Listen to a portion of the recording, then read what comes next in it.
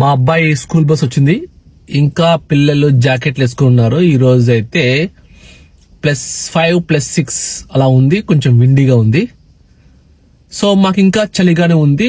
Probably next 2 weeks లో climate అనేది మారబోతుంది కెనడాలో. So hopefully we expect a lot of sunlight going forward. చలి తగ్గిపోతుంది. స్ప్రింగ్ అనేది ఫుల్ ఫేస్ లో ఉంటది. చాలా మటుకు చెర్రీ బ్లాజమ్స్ అని చెప్పేసి ఈ చెట్లన్నీ ఫ్లవర్స్ వస్తాయన్నమాట. చాలా చోట్ల అప్పుడే కెనడాలో, బ్రిటిష్ కొలంబియా అన్ని చోట్ల వచ్చేసాయి. యుఎస్ లో కూడా చాలా చోట్ల అప్పుడే చెర్రీ బ్లాజమ్ వచ్చేసాయి. బట్ కెనడాలో ఈసారి చాలా late. So we have to wait and see what happens next. So 2 weeks లో మనకు క్లైమేట్ అంతా బాగుంటుంది. అప్పటి నుంచి మనం వీడియోస్ అన్ని బాగా చేయొచ్చు. మా అబ్బాయి వచ్చేసి బస్సులో ఎక్కుతున్నాడు. సో వెల్కమ్ టు కెనడా మామా. ప్రస్తుతానికి అయితే కెనడాలో వచ్చేసి రెంట్స్ గానీ, హౌస్ వాల్యూస్ గానీ బాగా పడుతున్నాయి కింద. అందరికి పెద్ద ప్రాబ్లము, పెద్ద కంప్లైంట్ ఏంటంటే కెనడాలో వచ్చేసి రెంట్స్ చాలా హై ఉంటాయి. తర్వాత హౌస్ వాల్యూస్ చాలా ఎక్కువ ఉంటాయి. అఫోర్డబిలిటీ అనేది చాలా తక్కువ. యావరేజ్ సాలరీ 80, 90, 100కి అరౌండ్ ఉన్న వాళ్ళు హౌస్ కొనడానికి చాలా ఇబ్బంది పడతారు. If wife and husband both are working, వాళ్ళు హౌస్ కొనలేరు. సో హౌస్ కొన్నా సరే జాబ్ ఉంటుందా, ఊడుతుందా అని చెప్పేసి ప్రస్తుతానికి అయితే భారీగా, నేను రియాల్టర్స్ తో చెక్ చేసుకున్నా, భారీగా హౌస్ అయితే మార్కెట్ లో సేల్స్ ఉన్నాయి. ఏవి పెద్దగా సేల్స్ కావట్లేదంట. గత 20 years లో ఇంతవరకు ఇలాంటి సిచ్యువేషన్ ఎప్పుడు చూడలేదంట. So that's the interesting part. Let's keep on talking about this topic. Let's go. So నేను చెప్పినట్టు హౌస్ వాల్యూస్ అంటే హౌస్ ప్రైజెస్ కానీ, తర్వాత రెంట్స్ కానీ బాగా తగ్గుతున్నాయి కెనడాలో. Especially Ontario and British Columbia, ఈ 2 ప్రావిన్సెస్ లో రెంట్స్ కానీ, హౌస్ వాల్యూస్ కానీ బాగా తగ్గుతున్నాయి. కొన్ని ప్లేసెస్ లో అయితే అంటే మోడరేట్ గా ఉండడం అన్నమాట ప్రైజెస్. కొన్ని డిమాండింగ్ ప్లేసెస్ ఉంటాయి.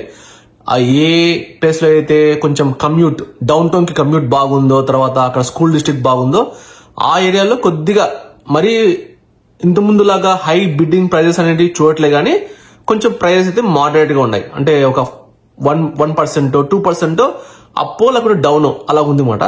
కొన్ని ప్లేసెస్, మేము ఉండే ప్లేసెస్, ఇలాంటి ప్లేసెస్ లో అయితే హౌసింగ్ వాల్యూస్ అనేది కొంచెం బాగా తగ్గుతున్నాయి. బాగా చాలా మంది హౌస్ సేల్స్ పెట్టారు, అవన్నీ అమ్ముడుపోవట్లేదు.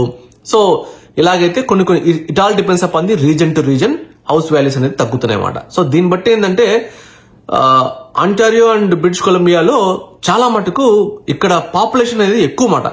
ఎవరు వచ్చినా సరే ఈ 2 ప్రావిన్సెస్ నే ఫస్ట్ వాళ్ళు చూస్ చేసుకుంటారు. ఎందుకంటే ఈ 2 ప్రావిన్సెస్ లో కొద్ది గొప్ప క్లైమేటిక్ కొంచెం పర్లేమాట. చలి అనేది కొంచెం compare to other provinces, snow గానీ, చలి గానీ కొద్దిగా తక్కువ. మరి అంత తక్కువ ఏం కాదని తక్కువ అంతే. బ్రిటిష్ కొలంబియా అయితే అక్కడ వర్షాలు బాగా పడతాయి. బాగా అక్కడ క్లైమేట్ అనేది కొంచెం డిఫరెంట్ గా ఉంటది. ఆల్రెడీ బ్రిటిష్ కొలంబియాలో ఆల్రెడీ చెర్రీ బ్లాజమ్ అనేది స్టార్ట్ అయిపోయాయంట. అక్కడ అప్పుడే పూలు గానీ అన్ని అక్కడ పూస్తున్నాయంట. వేరాజ్ అంటారియోలో వచ్చేసి ఇక్కడ ఇంకా చెర్రీ బ్లాజమ్స్ లాంటివి ఇంకా రాలేదు. ఇంకా వర్షాలు పడుతున్నాయి. కొంచెం క్లైమేటిక్ కండిషన్స్ ఇంకా వేరియేషన్స్ ఎక్కువ ఉంటాయి అన్నమాట.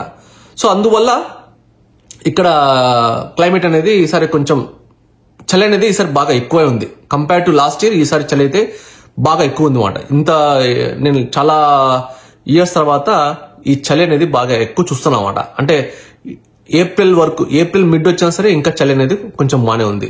సో అలా మాట. సో ఎక్కువ ఏ ప్లేసెస్ లో హౌస్ వాల్యూస్ బాగా పెరిగాయంటే, ఒకప్పుడు హౌస్ వాల్యూస్ క్యూబెక్ గానీ, ఆల్బర్టా గానీ, ఈ 2 ప్రావిన్సెస్ లో హౌస్ వాల్యూస్ పెద్దగా ఉండేది కాదు. కానీ ఇప్పుడు ఈ చేంజెస్ వల్ల ఆల్బర్టా అండ్ క్యూబెక్ లో అయితే హౌస్ వాల్యూస్ అక్కడ బాగా పెరుగుతున్నాయంట. ఎందుకంటే చాలా మంది ఈ Ontario and British Colombia provinces ని వదిలిపెట్టి ఈ ప్రావిన్స్ లోకి మూవ్ అవుతుంది అనమాట. ఎందుకంటే ఇక్కడ హౌసింగ్ వాల్యూస్ ఎక్కువైపోయి, రెంట్స్ కట్టలేక ఎక్కువ డిమాండ్ అనమాట. ఎక్కువ మనుషులు ఎక్కువైపోయి దానివల్ల చాలా మంది కొంచెం పిఆర్లు వచ్చిన వాళ్ళు కానీ, లేకుంటే సిటిజన్షిప్ వచ్చిన వాళ్ళు ఈ ప్రావిన్సెస్ ని చూస్ చేసుకుంటున్నారు కంపేర్ టు ఈ ప్రావిన్సెస్.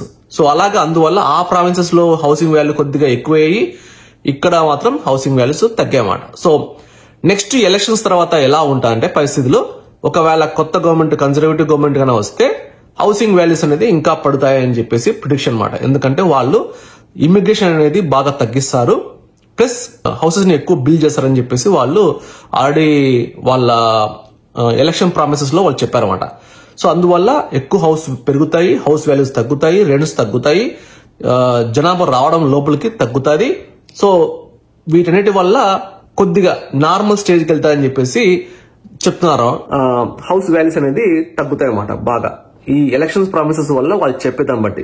ఈవెన్ చాలా మంది ట్రేడ్ పండితులు గానీ లేకుంటే ఎకానమిస్ట్ గానీ వాళ్ళు చెప్పేది కూడా ఏంటంటే ఇమిగ్రేషన్ గానీ తగ్గించి హౌసింగ్ ఎక్కువ ఇంప్రూవ్ చేసి దాని ద్వారా ఇక్కడ హాస్పిటల్లో అంటే ఎమర్జెన్సీ కేర్ గానీ హాస్పిటల్లో నర్సులు గానీ డాక్టర్లు గానీ ఎక్కువ మందిని తీసుకుంటే ఇక్కడ మెడికల్ కూడా ఇక్కడ హెల్త్ కేర్ కూడా బాగా ఇష్యూస్ ని అడ్రస్ చేయొచ్చు అని చెప్పేసి అంటున్నారు అనమాట. సో కొత్త గవర్నమెంట్ వస్తేనే ఇది చేంజా అని మీరు క్వశ్చన్ డౌట్ ఉండొచ్చు. కానీ ఇప్పుడున్న లిబరల్ గవర్నమెంట్ కూడా ఆ మూడ్ లో ఉంది. కానీ వాళ్ళు ఇమ్యూనికేషన్ మేము కట్ చేస్తామని చెప్పి వాళ్ళు చెప్పట్లేదు. వాళ్ళు ఇంకా ఏమంటారంటే 2100 కల్లా ఆల్మోస్ట్ లైక్ ఒక 100 మిలియన్ పీపుల్ ని కెనడాకి తీసుకురావాలని చెప్పేసి ప్లాన్ ఉందంట.